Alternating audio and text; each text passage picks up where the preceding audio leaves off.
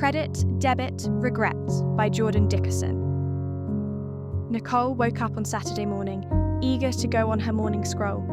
She might have been stretching the limits of the word morning, but Nicole had no problem convincing herself that 23 minutes before noon still counted. Phone in hand, she was excited to see her favourite Insta-fashionista pop up on the screen with a new sweater and phone case to match, which inspired Nicole to hop on her Snappy Shop app and add the items to her cart out of solidarity.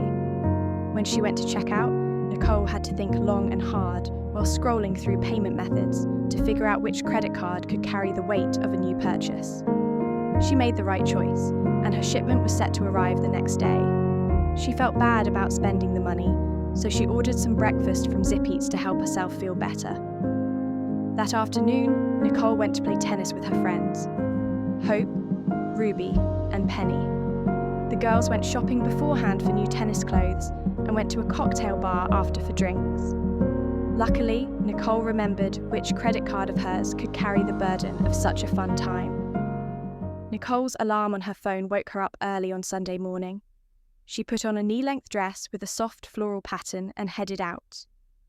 On her drive, she stopped for an iced coffee and a donut, but her last credit card couldn't carry the load of that extra purchase.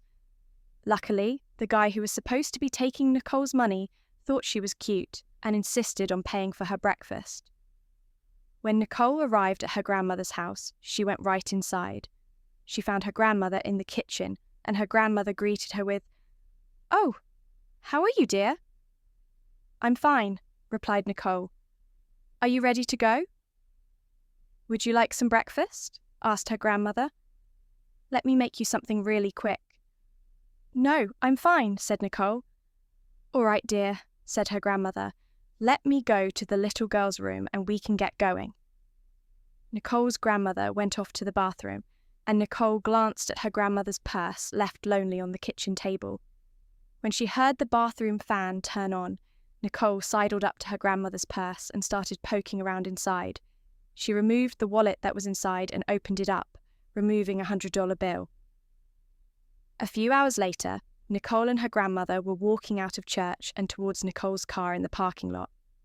The grandmother said to Nicole, "Would you like to get some brunch?" "No," said Nicole, "I have plans." Nicole drove them back to her grandmother's house and pulled into the driveway. Her grandmother turned to her and asked, "Would you like to come in for a little bit?" "I told you I have plans," replied Nicole. "Oh, all right," said the grandmother. She started digging in her purse and said, "Hold on 1 second, dear. 1 second. The grandmother produced from her purse her wallet, and Nicole stared at it as if it were a bloody knife. The grandmother examined the cash inside the wallet and said, "You'll never believe this. I got $100 out of the bank this week to give to you, and now, for the life of me, I can't find it. I know I didn't take it out of my wallet." She pulled out 2 $20 bills from her wallet and continued on to say, "I'm sorry, but this will have to do." "No," said Nicole. "You don't have to do that. You're the one with a birthday next week. I should be giving you something." "I insist," said her grandmother, shoving the money into Nicole's hand. "You work so hard. Now you take this, and I don't want to hear another word about it."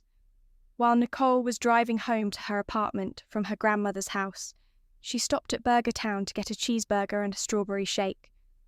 While sitting in the drive-thru, she received a call from her friend Hope. "Hey girl," said Hope. "Hey, what's up?" replied Nicole. "Want to do the casino tonight?" said Hope. "I have to be at work at 8:30 tomorrow," said Nicole. "So as long as we're not there too late, I'm down." That night, Nicole, equipped with a new sweater, a new phone case, and the money from her grandmother, went to the casino with Hope. The girls spent most of their time at the bar, being gifted drinks by middle-aged men. They also spent some time playing blackjack, but it didn't take long for Nicole to get down to her last $5, the same moment she pulled out her phone and saw the time was 2:15. "Shit," said Nicole, "I need to go." "Okay," replied Hope, "but let's do a slot before we go. Just for luck. I just have $5 left, said Nicole. Good, said Hope. Then we'll do a $5 slot. She scanned the casino floor like a pit boss, and once she had a target in her sights, she grabbed Nicole's arm and pulled her over to the $5 slot machines. Hope spun her $5 and went bust. Lady Luck just isn't on my side tonight, she said, shaking her head with a carefree smile. Hope stood from her seat and said to Nicole, You ready to go? 1 sec, said Nicole, and her hand slapped the button to start her spin. The first reel landed on a dollar sign, then the next reel, and the last one too. A flood of lights and sounds took over Nicole's senses. It took her a while to fully register that she had won the $100,000 prize. Nicole woke up on Monday at 1 in the afternoon. Riding the high of her good fortune, she decided to ignore the calls from her job and treat herself to a new BMW. Nicole thought it wouldn't be very economical of her to spend all that cash at once on a car, so she took out a loan to pay for half of it at a 24% rate.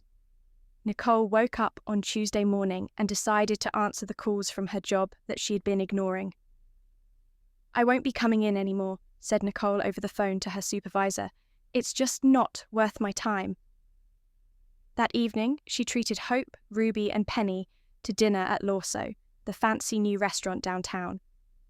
Nicole became very aware of her heart beating when she saw the total on the bill, and she decided to save herself a little money by only tipping 15%. Nicole woke up on Wednesday and started searching the internet for cruises to Italy. She found a cruise she liked and ended up purchasing a suite for herself and one for each of her 3 closest friends. Nicole didn't want to be too extravagant in this purchase, so she decided to buy the cheaper option of non-refundable tickets. Nicole woke up on Thursday and was bored, so she decided to give herself something to look forward to. She texted Hope, Ruby, and Penny, telling them she was going to take them shopping after they got out of work to prepare for their Italy trip. On their shopping excursion, Nicole bought everyone in the group a week's worth of clothes. She also had them stop at a jewellery store so they could all get matching gold friendship bracelets with diamonds in them, and was very proud of herself for opting for the 14-carat gold instead of letting the jeweller talk her up to the 18. Nicole woke up on Friday, and while doing her morning scroll through her phone, she saw that her favourite Insta-fashionista had a new handbag. Nicole was beginning to worry that she was spending too much money, so she ordered the handbag in 2 colour options, instead of all 3 options that were available. Nicole couldn't shake her lack of frugality from her mind, and her anxiety continued to grow. In an attempt to make herself feel better, she decided to buy VIP tickets to a concert that was happening that night. She didn't really like any of the bands playing, and decided to take Hope with her so she wouldn't be alone. Nicole woke up on Saturday at noon, still drained from the night before. She picked up her phone and saw a text from her mother that read, "Don't forget, Grandma's birthday party starts at 2. Please don't be late. Love ya."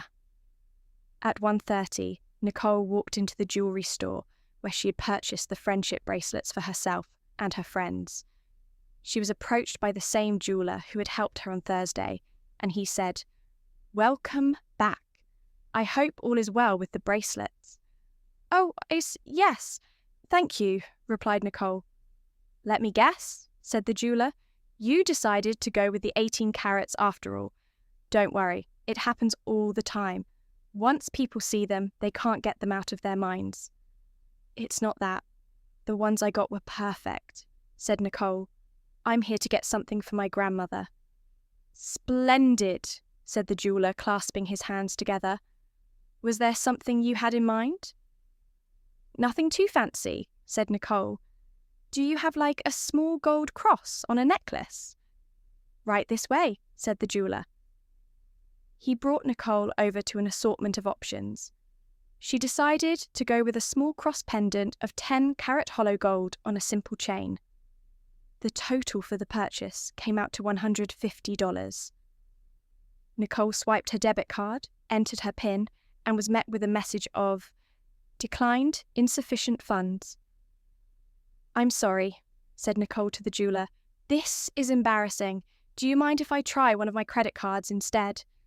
With an accommodating smile, the jeweler replied, "Go right ahead." Nicole tried one credit card after another and gave up after her 5th try. Her grandmother's gift stayed at the jewelry store, and Nicole didn't go to the birthday party. Instead, she went back to her apartment and crawled into bed, hoping that when she awoke, things would be different.